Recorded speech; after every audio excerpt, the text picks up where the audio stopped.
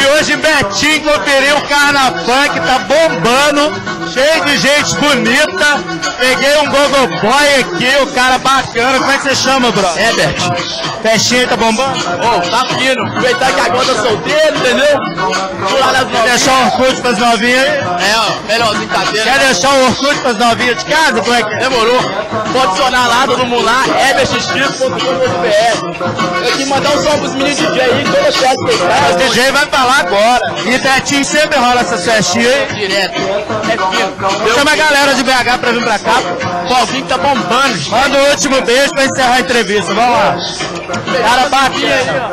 Valeu. A festa agora com realmente é o DJ. Como é que você chama? Márcio, DJ bacana. O DJ hoje tá tudo profissionalizando.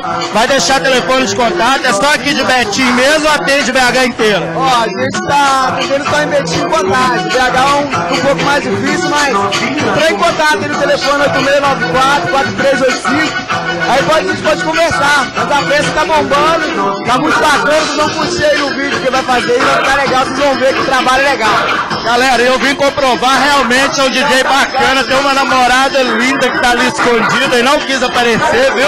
E agora se você quiser deixar o Orkut do DJ, você que sabe, aí é um direito. Ó, é só digitar lá, ó, Márcio Ferreira, 1988, @hotmail.com e procurar. A gente vai só adicionar, vai ser adicionado com muito carinho. Valeu, e agora vai deixar um beijo pra namoradinha dele, não é só pagar o mico, vamos lá. Ô, te amo! Amor, te amo! Amor, também te amo. Uma gatinha aqui no Carnafunk, vou mandar beijo pra quem, amor? Adriana? É aqui de Betim mesmo? Sou. Quer mandar beijo pra quem? Adriana. Adriana é daqui de Betim. Valeu, agora dança e arrasa aí pra nós, vamos lá.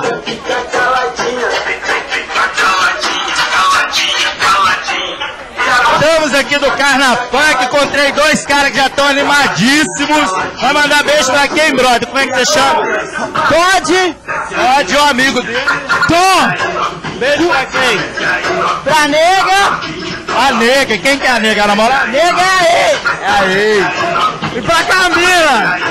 Aqui, só pra finalizar a entrevista aí, quer deixar uma mensagem? O Carnafunk tá bacana? Como é que... Aqui a amizade é eterna, a construção é pra toda a vida.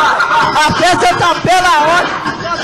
Declaração ao vivo, é o Bruno e o Macarrão. Aê!